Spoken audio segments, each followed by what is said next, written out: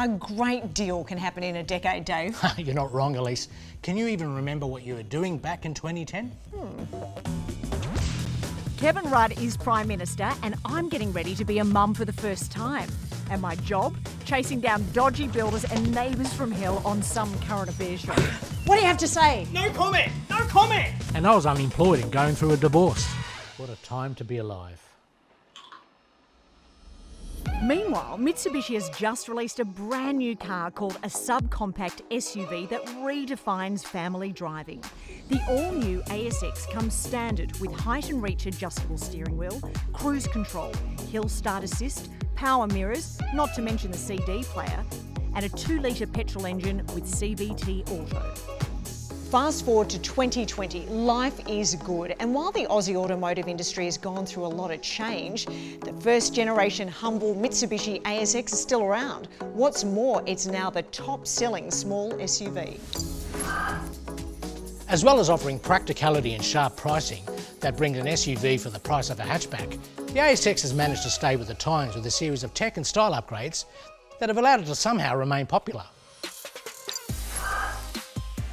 Kia, however, has a new small SUV that offers all the practicality and value of the ASX, but in a leaner, quicker and fresher package. This is the Seltos, Kia's belated entry into the small SUV market. It ticks the practicality and value boxes while adding drivability to the mix. And like the 2020 ASX, it comes standard with active safety features and the latest infotainment system.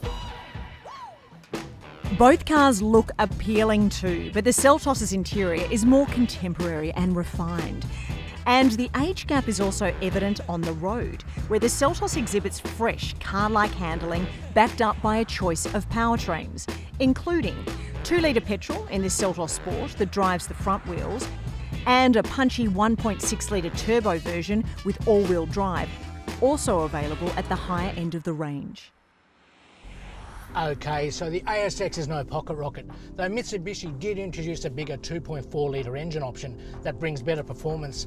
But I've got to say, it doesn't feel any more powerful than the 2-litre Seltos.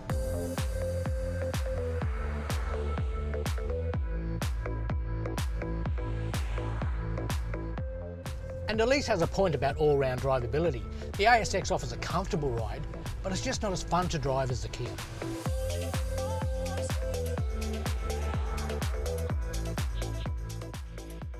But at the end of the day, the ASX is all about value and practicality, and it actually feels like a medium SUV with enough room for a small family.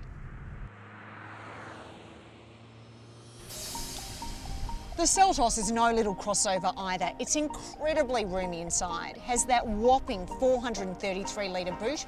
Why would anyone choose the ASX over this?